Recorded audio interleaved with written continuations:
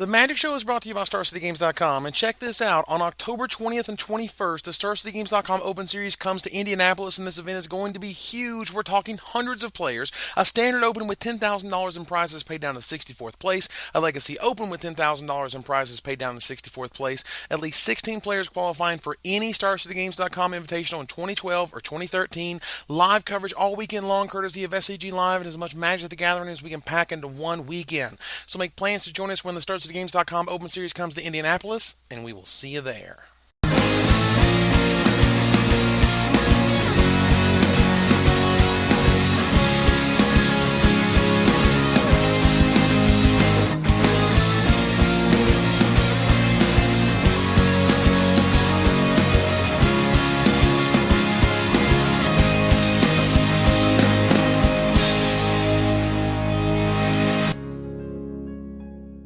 Hello, everybody, and wait a minute.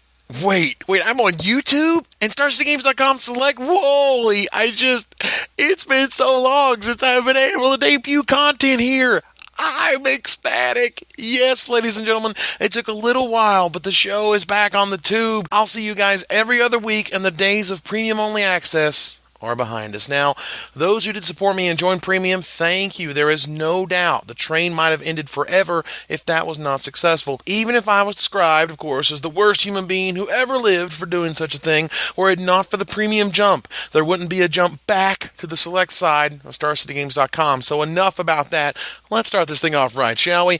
Hello, everybody, and welcome to another edition of The Magic Show. This week, we are hip deep in Return to Ravnica Standard. No one really has any idea what's going on at this point, and new decks are popping up like wildfire. Today we're going over some of the breakout hits of the set and more. Now up first, you always look at the winners, and when I see a green white black mid-range deck, aka junk, in first place of Providence, I think this is a pretty solid sign. The format is in flux. Junk decks to me are like the supermarket sweep of deck building. Gotta hit the frozen section for my abrupt decays, and don't forget about the Angel of Serenity jumbo packs. Remember to pick up the Thrag Tusks on aisle 8, and hey, Lingering Souls is on sale. I mean, the deck is sweet, don't get me wrong. In first place, Mark Blesso took some awesome cards and made it work. It's not streamlined, it's not perfect, but in these early days of the format, you can really have some fun. I think if there is one thing that these first few weeks have really showed us, is that Jace, Architect of Thought, is the stone cold Nutter Butters. This guy, everyone thought, it's not a Mind Sculptor, but hey, this Vraska girl, when in actuality, the killer was right in front of us all along. Vraska has since fallen from her hype pedestal, while, as usual, Jace is going to kick all the ass in Standard while he lives there. That Memory Adept thing, a distraction, an illusion, if you will. Now the man is back on top. Now, other cards whose giant awoke from within, how about Sphinx's Revelation? Sure, it's just Blue Sun Zenith, as everyone was quick to point out, but since when did Blue Sun Zenith actually take you back into the action? This card gives you the time walk you need in gaining back all of the life that your opponent probably just smashed in for, but it gives you the card advantage necessary to beat all of the powerful and persistent creatures in Standard. Officially a player in almost any blue-eye control deck in some number. But when I say persistent creatures, I'm not just talking about the Lauren mechanic. I mean, we have no less than 6 2-power creatures that you can play on turn 1 in Standard. And if you take out the awkward Fairy Imposter, that's a solid 5. We have officially entered the Age of the Lions, because in my day, when the rocks were all soft, Savannah Lions was a freaking rare, and they ruled the creature power curve with their pushed status. And these days, we used to have Hate Bears, and now we're going into the age of Hate Lions. I suppose it was bound to happen with creatures getting ridiculous upgrades. I'm sure we're going to see a reprint of Flame Tongue Kavu one of these days, and I wouldn't be surprised to hear somebody say, but why doesn't it have First Strike? Role player maybe. Alright, they'll never say that because Flame Tongue is amazing. But would it really be that pushed in today's world of Giraffe's Messengers and Thrag Tusks? Anyway, The Magic Show is brought to you by StarCityGames.com, where you can now order Return to Ravnica boxes, cases, fat packs, and more with great prices, excellent customer service, and the world's largest Magic the Gathering singles inventory. StarCityGames.com is your one-stop shop for all your Magic the Gathering needs. Visit us on the web at StarCityGames.com and order Return to Ravnica today. Anyway, just going to go ahead and call it right now. The Namir mechanic in Gatecrash has been secretly spoiled. You've seen Crosstown Courier, right? I made this mechanic myself having fun a few years ago. I called it a road, and I'm sure Watsy will have a much more clever name. Either way, mill instead of damage is coming, and these cards could be absurdly powerful, as no mechanic has really pushed the milling theme to this extreme before. Milling cards are also incredibly popular amongst casual players. You've seen Mind Funeral, right?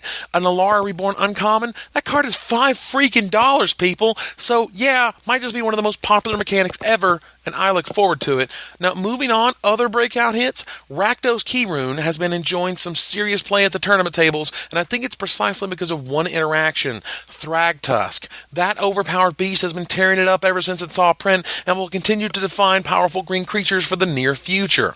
Now, right behind it is Rakdos' Return. This card was recognized from the moment it was spoiled and is now busy ruining the day of tap-out control players everywhere. It's one thing to be a Mind Shatter, and it's one thing to be a Fireball, but both, you got yourself an all-star. But let's look at an entirely new and exciting deck. Anders Simpson Wolf gave us this gem in 10th place. Red Deck Wins is back. Hell yeah, RDW in the house. I love me some little red dudes who put on the hurt, and this is some crazy fun stuff. Can you say Nightbird's Clutches? I knew you could. That card was an all-star in Instar Unlimited, and now it's terrific for getting past annoying zombies in Standard as well. I do love me a Mog Flunkies followed up by a turn 3 Ash Zealot, along with other new pals like Gorehouse Awkward Name and Rakdos' own Shreddy Krueger.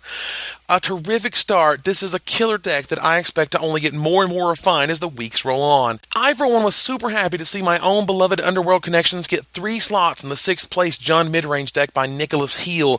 This is a card that Brad and I disagreed on. He even broke out the no button for it, but alas, here we are, and while there's no Arbor Elf cleverness, we just have a good card doing exactly what it should, powering up a solid mid-range deck. The card that surprised me most from Providence, its name is Crippling Blight, and it was spotted with a whopping 3 copies and the only black-green zombies deck in the top 8. Wow, I did not see this one coming.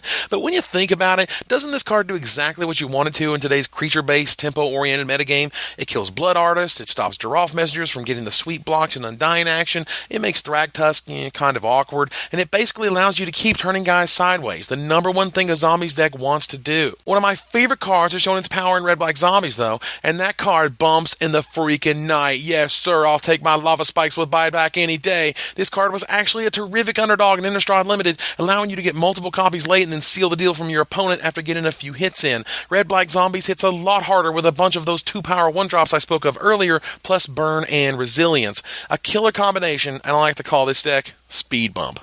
But lastly, the card that has truly seen its day is Angel of Serenity. You remember when people were all excited about Gristlebrand? That guy is old freaking news, because this Angel is amazing. There ain't no two ways about it. This girl has seen playing Reanimator and control strategies, is ridiculous in multiples, and is one of the only reasons so many zombie players have an appetite for brains in their sideboard. Yeah.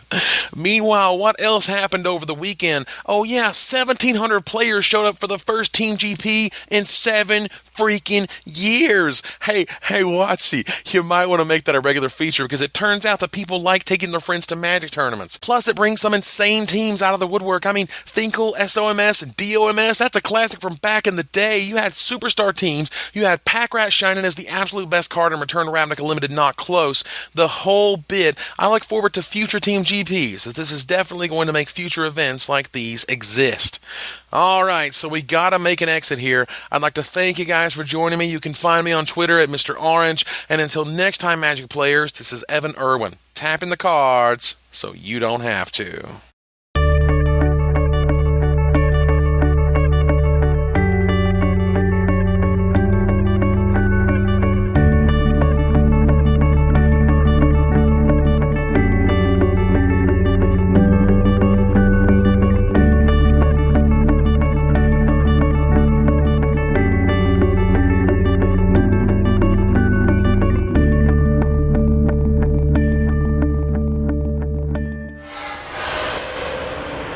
Always like the fatties.